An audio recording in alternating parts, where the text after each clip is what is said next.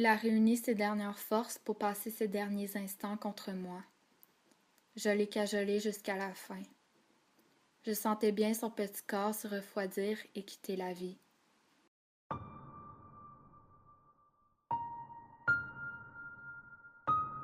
Il était âgé, il était malade, ou il a eu un accident.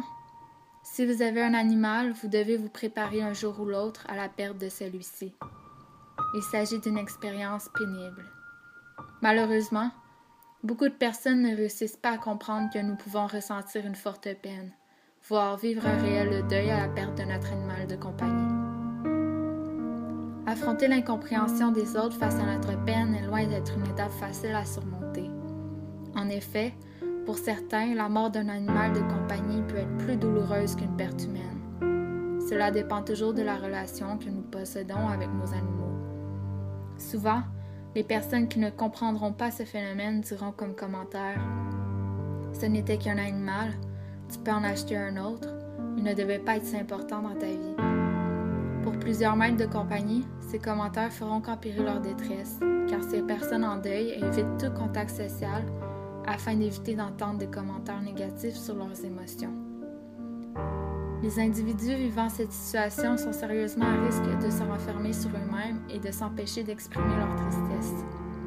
Ceci est une véritable prison.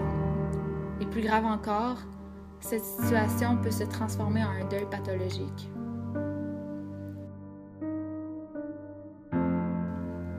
Il existe plusieurs étapes au processus du deuil. Tout d'abord, il y a le déni. Nous refusons d'accepter la mort de notre animal de compagnie. Ensuite vient la colère. La recherche d'un responsable prend le dessus.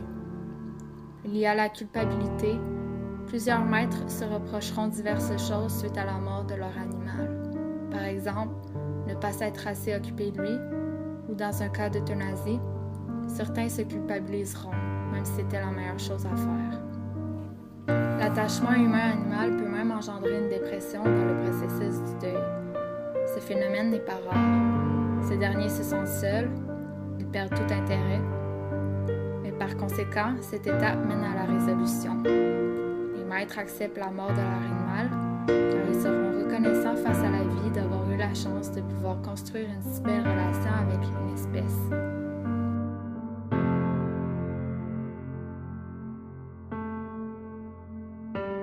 Finalement, la perte d'un compagnon de vie est très difficile. Plusieurs maîtres se demandent s'ils devraient adopter un autre animal. Cette idée peut se faire à une seule condition qu'il faut prendre le temps nécessaire, car une adoption trop précoce peut mener à comparer les deux espèces. La comparaison est naturelle, mais celle-ci peut devenir un problème si le deuil de l'animal n'est pas encore fait. Si vous avez d'autres animaux, observez leur comportement.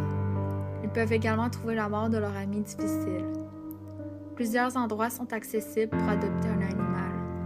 N'oubliez jamais que malgré leur perte, ces bêtes seront pour vous de réels compagnons tout au long de leur vie.